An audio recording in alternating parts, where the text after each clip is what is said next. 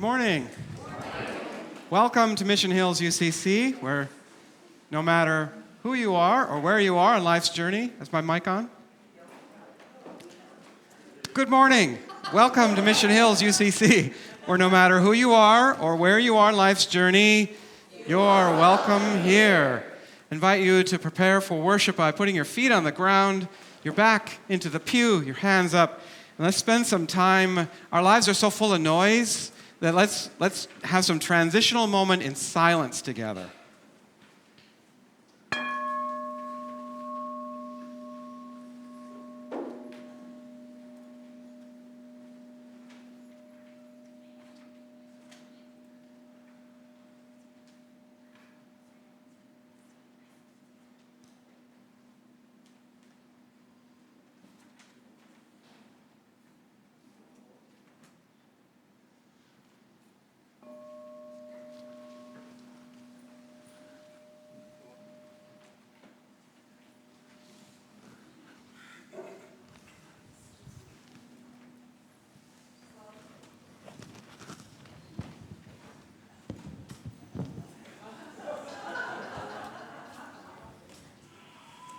The Morning of Easter by Gladys Nelson.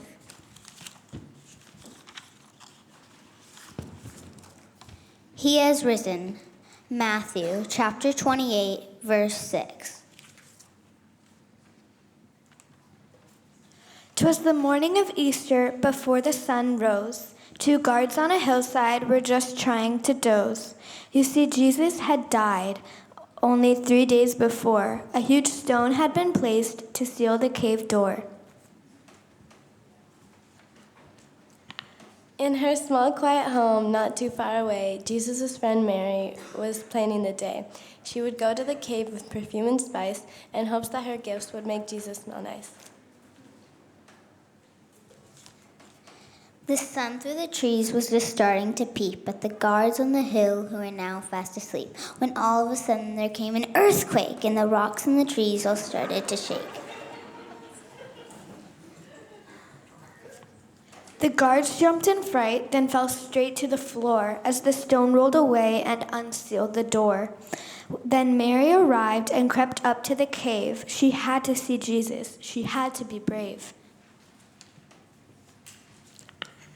But the cave was now empty. He just wasn't there. Mary sat down and wept. Her cries filled the air. But suddenly Mary heard someone behind.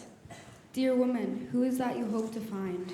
Mary jumped and turned around, so confused and afraid. Was this man the gardener, and why had he stayed? But the calm in the voice, the words that he said, soon let Mary know she had nothing to dread.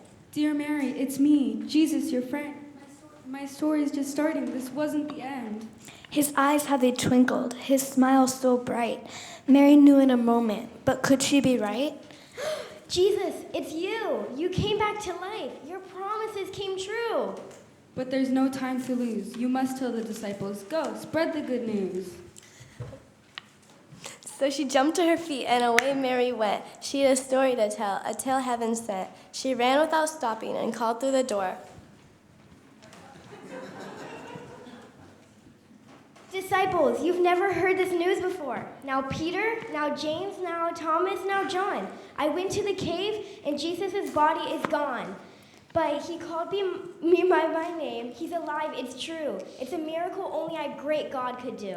When later that night Mary knelt down to pray, she thought about all that had happened that day, and the stars heard her whisper through soft evening light.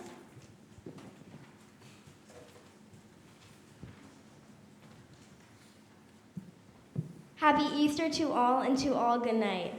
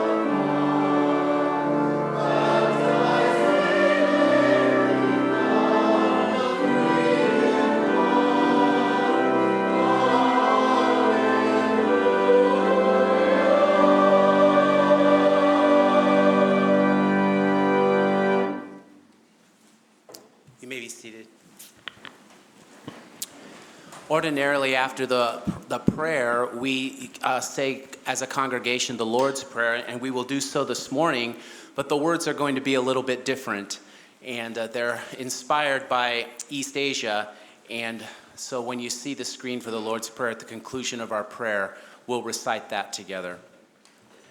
Let us come now into the presence of the Shepherd of our souls as fully as we can, confident that God is eager for our company.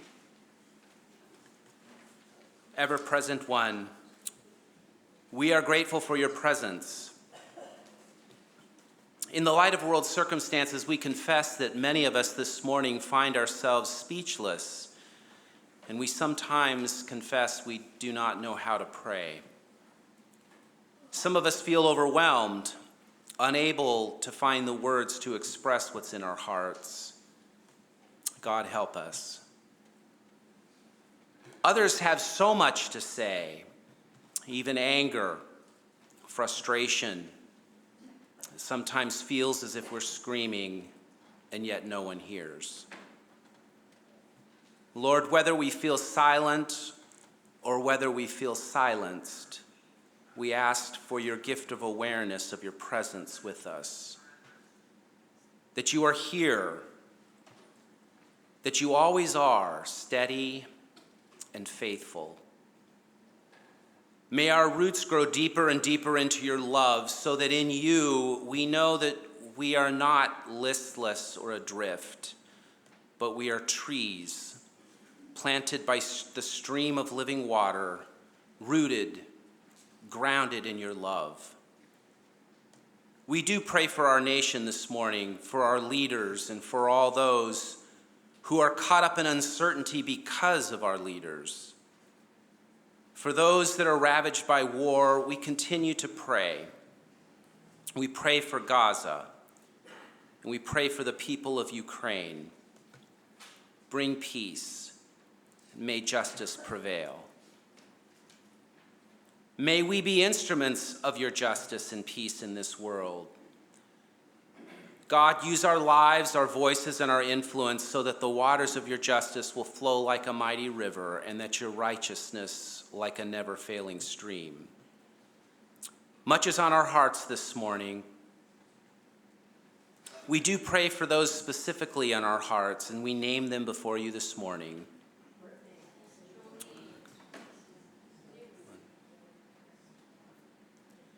Give us grace to trust you in times of uncertainty, wherever we find ourselves this morning. And in times that we lack the words for prayer, we are grateful that Jesus taught us to pray. And so we pray together as his followers. O boundless compassion, dwelling in the pure realms within all beings, may your name resound like the bell in still morning. Let your path of wisdom and loving kindness be realized here on earth as in the realm of the awakened ones. Grant us this day the nourishment we need, and forgive the debts we have gathered as we release the attachments and grievances we hold towards others. Guide us gently away from the causes of suffering and free us from the veils of ignorance and delusion. For you are the ground of all being and the power of compassion without measure and the radiance of awakening shining eternally. Amen.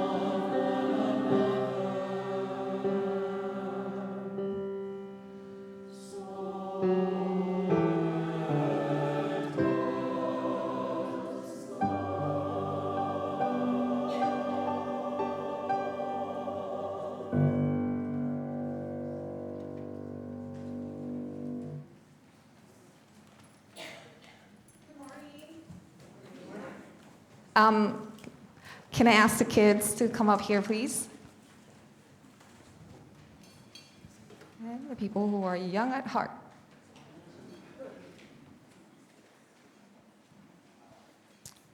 Good morning, guys. Good morning. Okay, you can sit down. Sit down, please. All right, so notice something behind you. That's it's a Japanese instrument from Japan. And I want to introduce you to Miss Yuki.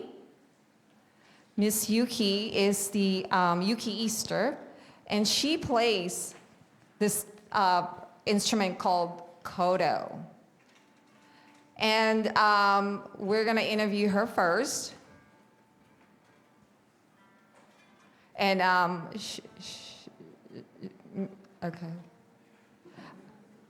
She, are you ready? You want to go up here? Oh, okay, I'll go. Okay. So would you tell us something about the instrument, the koto instrument?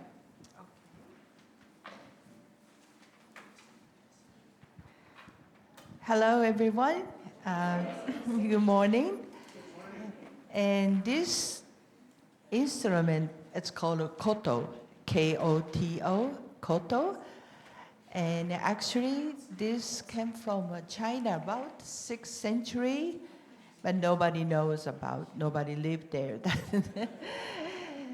And this is supposed to have a dragon, and this side, and a face, the mouth. And this side, can you hear? Can you hear? Oh, okay. And this side is tails. So about dragon, it's nobody's seen in the superstitions, but Asian believe and dragon is very you can have a hope and it bring something good luck. Okay. Can you please tell us what this is made of? What kind of wood?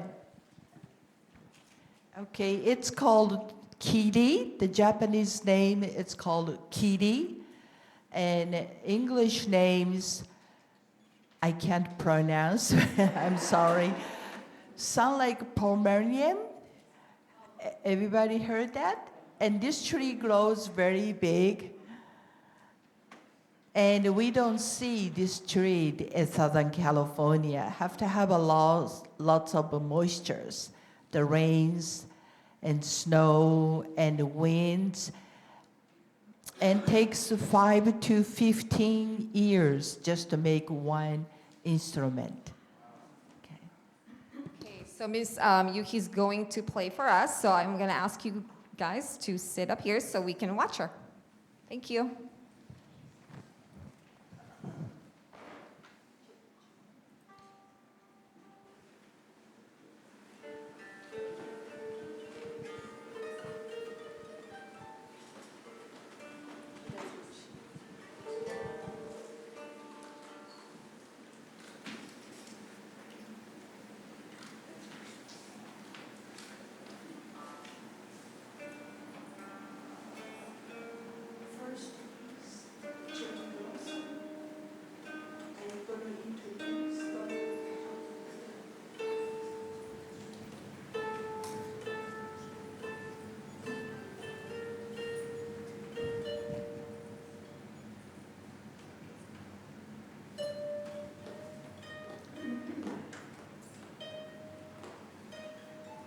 Okay, first piece is called Sakura. Anybody have you heard about Sakura? Sakura means cherry blossoms and very famous trees, but doesn't make any cherries. That's a different species. We do have over 350 different species in Japan. Just the cherry blossom, over 300. That's amazing. And this is a very famous piece in Japan, cherry blossom.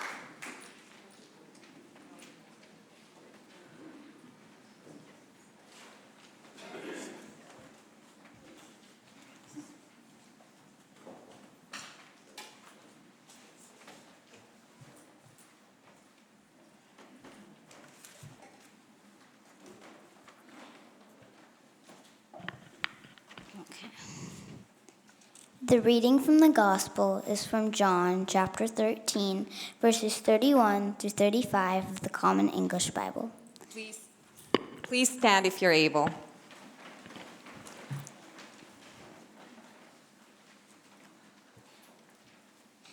When Judas was gone, Jesus said, "Now the human one has been glorified, and God has been glorified in him. If God has been glorified in him, God will also glorify the human one in himself and will glorify him immediately. Little children, I'm with you for a little while longer.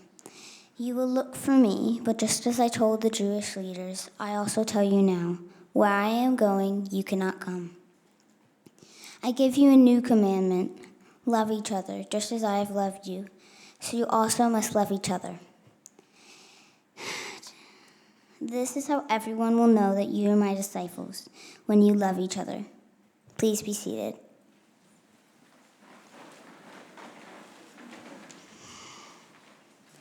The reading from the New Testament is from the book of Revelation, chapter 21, verses 1 through 6 of the Common English Bible. Then I saw a new heaven and a new earth, for the former heaven and the former earth had passed away, and the sea was no more. I saw the holy city, New Jerusalem, coming down out of the heaven from God, made ready as a bride beautifully dressed for her husband. I heard a loud voice from the throne say, "Look, God's dwelling is here with humankind. God will dwell with them, and they will be God's peoples.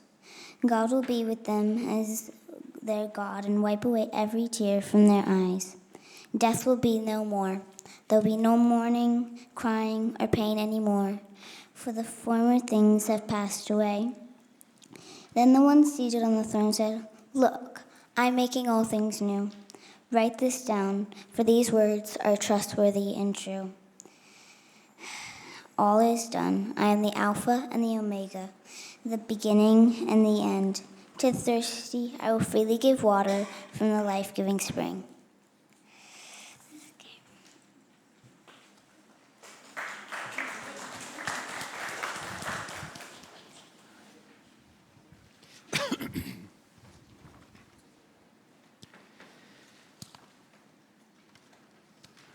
I was raised with a vision of Revelation 21 as the final stop on the Jesus train. It was a reward for living pure and holy. Eternity described in a place of shimmering pearly gates and streets paved with gold. And of course, Peter standing there with his clipboard checking the list for who had been naughty or nice. The goal of it might be Santa Claus, but the goal of the list was to be on the right list of the goal of life. But this expectation went sideways when I realized I was born on the wrong list. I could, however, get on the right list, but that meant I could never fall in love, never establish a loving home, and they tried to convince me heaven would be worth it. And I was very confused. So I went to seminary. Well, it's not why I went to seminary, but when I went to seminary, I wanted some clarity on such contradictions. And that's when I first encountered feminist scholars and the work of such theologians as Rosemary Radford Ruther, who said, rather than be narcissistically concerned about one's own individual survival of death, our primary human responsibility is to preserve and promote a life for future generations.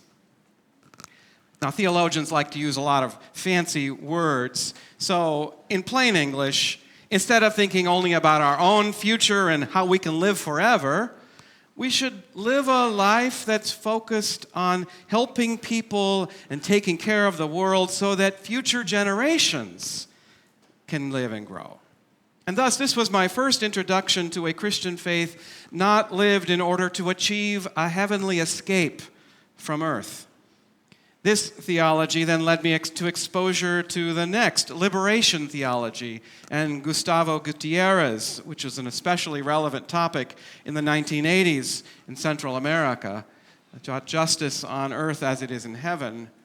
And I learned about newly emerging queer theologians like Carter Hayward, Experiencing love without shame made earth feel much more like heaven. And something called process theology captivated me. And I will spare you the seminary language of heaven as relational becoming and the ongoing creative advance of the universe. Instead, in plain English, in process theology, heaven isn't just a place you go to get a prize. It is more like this. Every good thing you do, every kind moment, every bit of love, none of it is lost. God remembers it forever. God takes all the special parts of everyone's life and keeps them safe, like putting together a big, beautiful story that never ends. In my coursework, I was particularly taken by eco-theology and Sally McFaig, for whom the earth is the body of God. And you could simply say, when we care for the earth and live kindly upon it, we're already touching heaven. Then James Cone, the father of black liberation theology, said, any talk of suffering any talk of heaven that ignores black suffering is not Christian hope. It's denial. And he believed in a future beyond death, but he refused to separate it from the demand for justice today.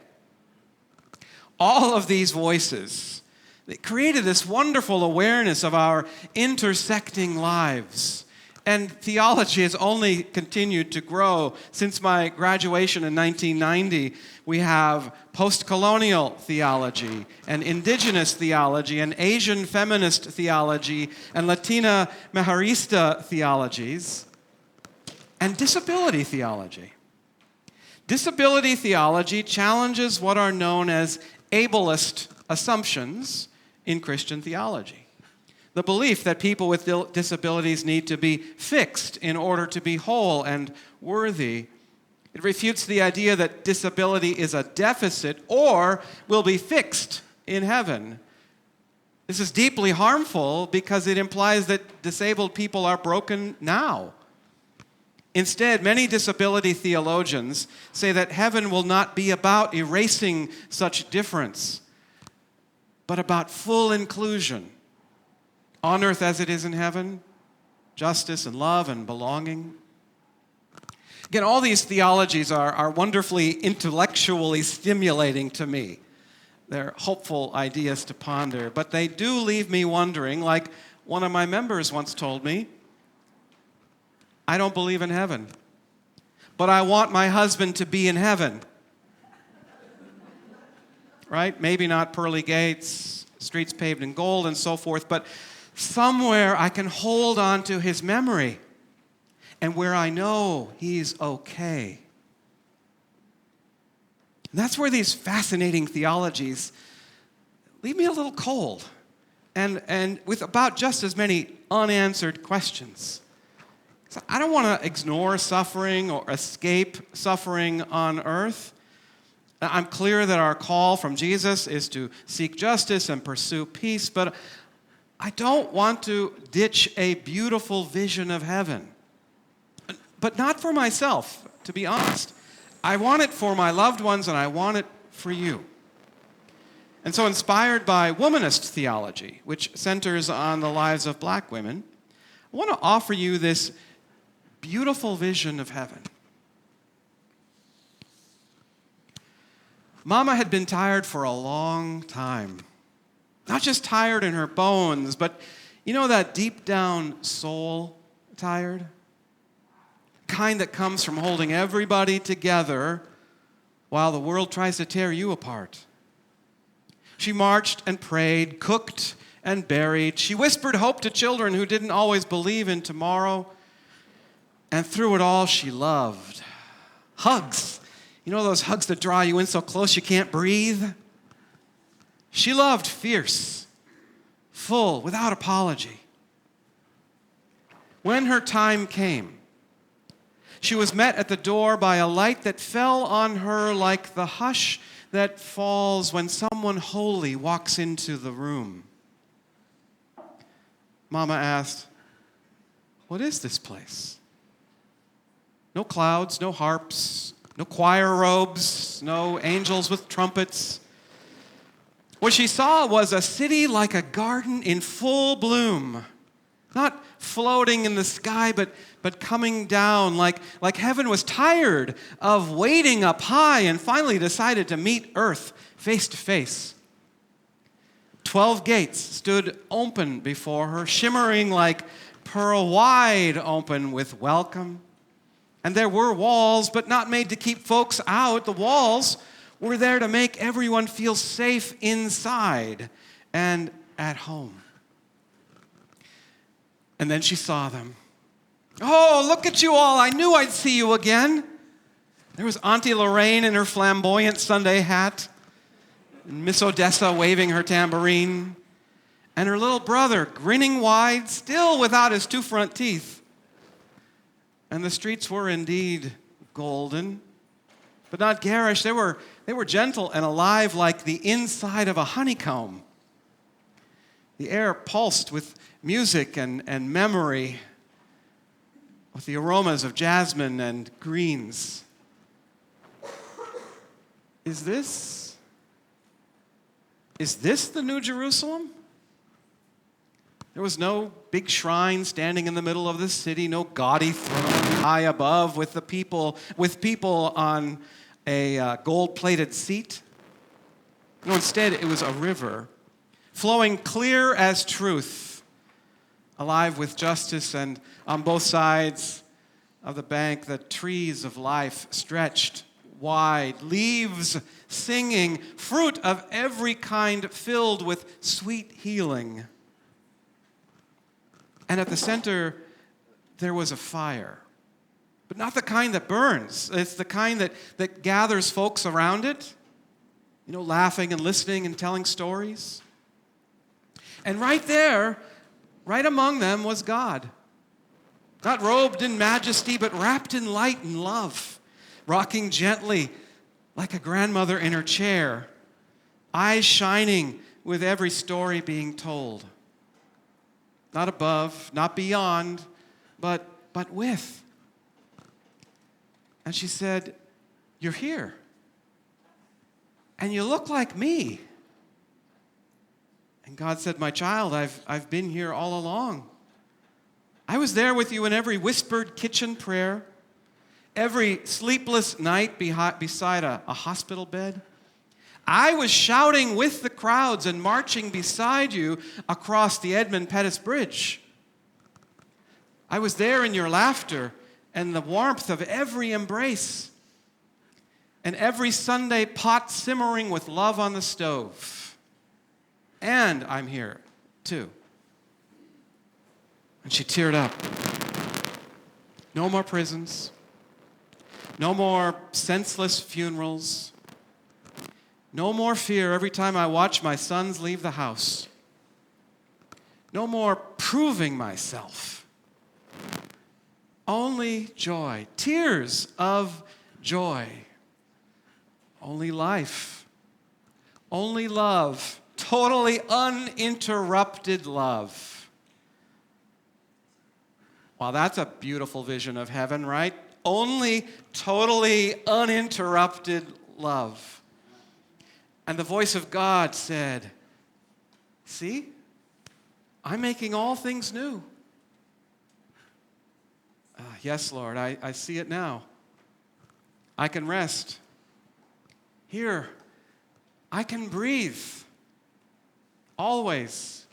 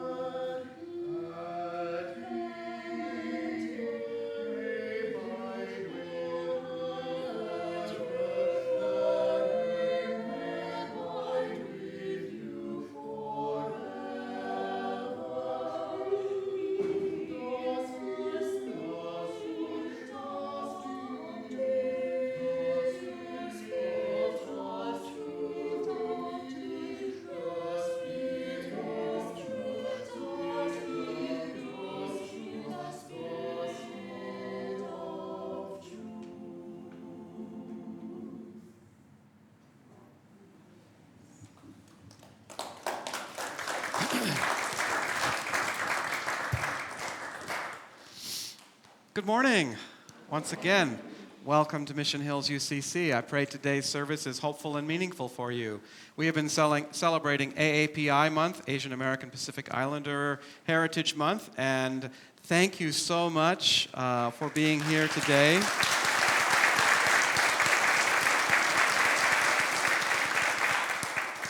Chris Adler, who was here last year playing the Thai instrument, that cane that he brought, suggested you, so we're grateful that he did. We'd like to know you're here today, so if you'd reach toward the center aisle, these black pads, and let us know you're here. If you have a need for prayer today, you can use these green cards that are in the pew racks in front of you, or if you're online, you can send us an email at prayer@missionhillsucc.org. Members of our prayer team receive these and pray for you every day. And if you'd like to pray with someone today, you can come right down here after the service and pray with a member of our prayer team. Those who make financial pledges to the church, you can save a stamp by picking up your copy of your most recent giving statement. Speaking of our koto players, if you'd like to hear a whole concert of it, they invite you in June, and there are flyers in the back table in the narthex for that. Tuesday morning, if you're free, come over and join us as we pack together 150 bags of produce and distribute to our neighbors as we do every third Tuesday of the month. We're here at 9 o'clock setting up tables, filling the bags, and handing them to our neighbors. So you're welcome. This is our monthly opportunity. Next Sunday is confirmation, and we'll celebrate the confirmation of 3 of our young people. And I hope that you can be here and stay for the lunch. Fancy, wonderful, great food. Fancy maybe not, but wonderful, great food lunch. Cass.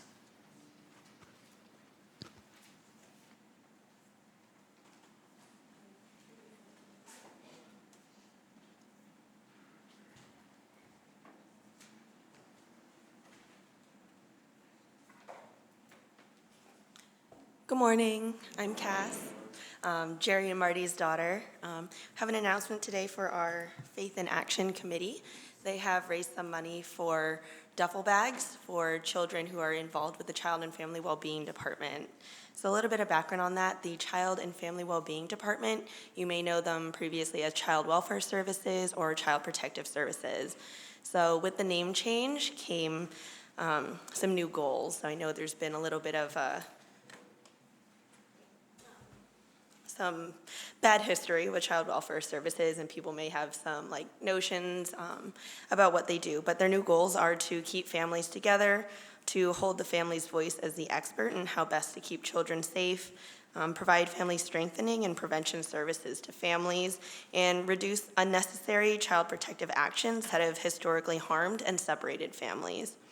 So just some statistics. In 2023, there were 43,695 calls made to the Child Abuse Hotline. So those are concerns for children in the county of San Diego. 41% of those calls were for general neglect, 30% for emotional abuse, 33% for physical abuse, 19% for sexual abuse, and 2% for severe neglect. So sometimes the calls, they will have multiple concerns for a family.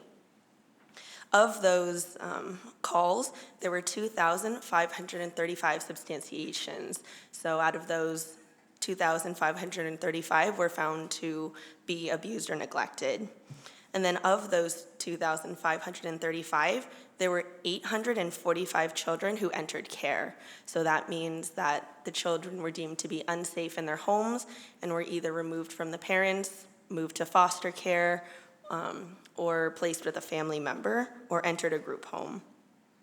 On July 1st, there were 1,506 children in care, and in the entire year of 2023, 1,022 children exited care. So that means jurisdiction was terminated and children were either returned to their families, adopted, or placed with a family member.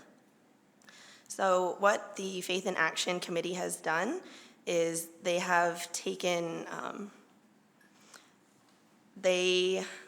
have bought 25 duffel bags, and they have put blankets, activity books, mini colored pencils, a stuffed animal, little fidget pop spinners, and a toothbrush set. These duffel bags are going to be given to children who are being removed from their homes in emergent situations. So what that means is that a worker has gone out to the home and they've deemed the child to be unsafe currently in the care of their parents, and the children will be taken into custody immediately. So no matter what's been happening in these homes, these children are being removed from the people that have taken care of them for their whole life.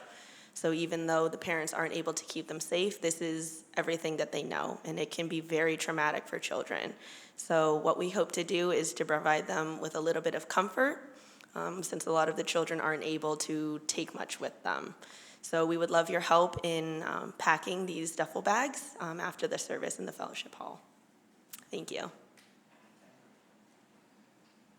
Invite our El Nido speakers to come forward, and while they do, I have one more big announcement. He's sitting in the back. Ken, would you stand up for us? Today, Ken will be ordained.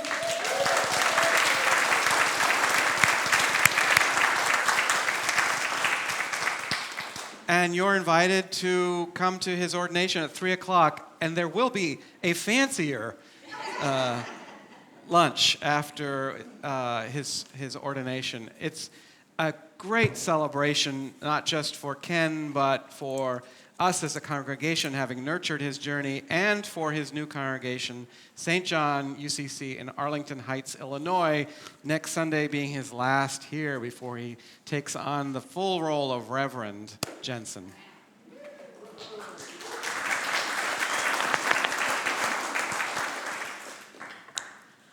I'm here this morning for El Nido program. Maria Garcia is with us today. She's the program director of the El Nido program. And today for our speaker, we have Virginia, which was in apartment 3, which is sponsored by the San Diego Women's Club. So Virginia, would you like to tell us your story? Hi guys, thank you so much. My name is Virginia. I have 2 beautiful children, ages 13 and 17. And we became a part of the El Nido program in August 2024. For years, I was trapped in an abusive relationship with my son's father. The abuse began when I was pregnant and didn't stop, even after I left. His emotional and verbal abuse, control, all of those things just made it clear for me that I needed to leave and protect myself and my children. So I quietly saved the money, didn't tell anyone but my mother that I was going to move over here to San Diego. And in February 2024, sorry, I get a little emotional. And in 2024, we arrived in Carlsbad with little more than faith and determination. We stayed in motels while I worked to find a job, and within 2 months, I was working full-time. And for a moment, we finally felt stable. But when my son's father discovered where we were, fear returned. I reached out for help, and an organization connected us to a domestic violence shelter in South Bay. And for the first time in years, I could breathe.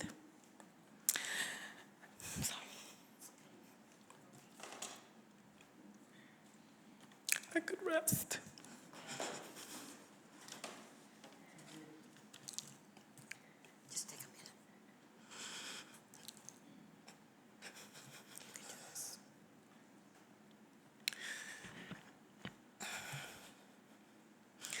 I started healing.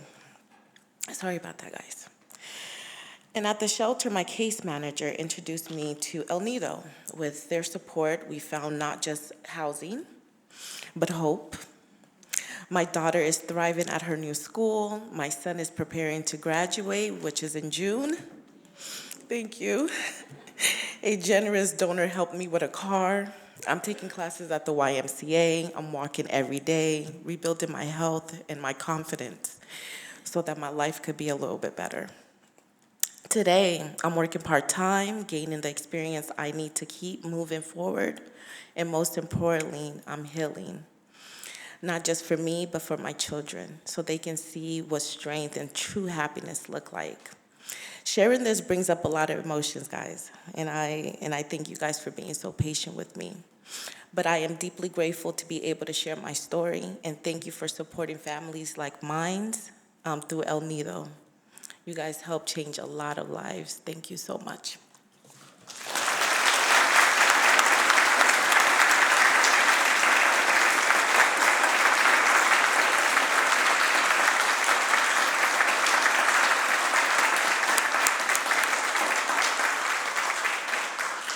Maria will be in the coffee fellowship after church if you have questions about the El Nido program, and I'll also be there and answer what I can. Thank you. So El Nido is our mission partner this month, and any congregation contributions you'd like to make, you can use the envelopes in the pew. You can make contributions online. Mission Hills has sponsored an apartment at El Nido for since its beginning, more than 20 years. And so this support really makes a difference literally in people's lives. Now I invite you to be generous with your tithes and your offerings.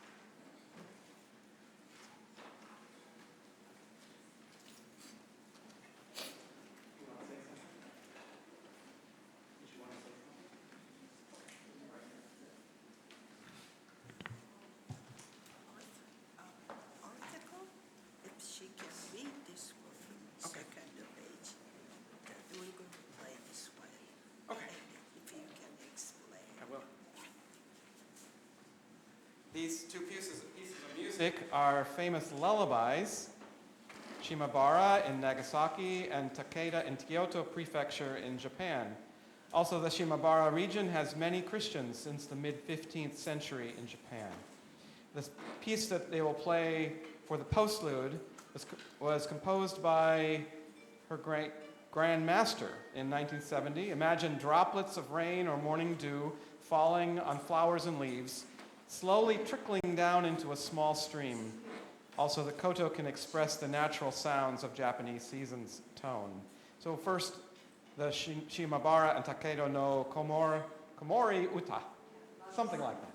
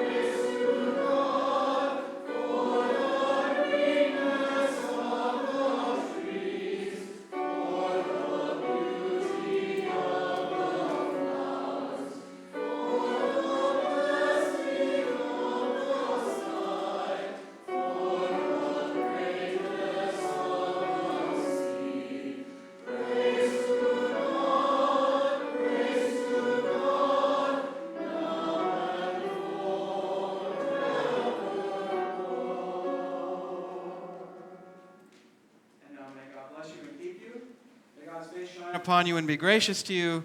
May you look upon the world and give one another some peace and kindness.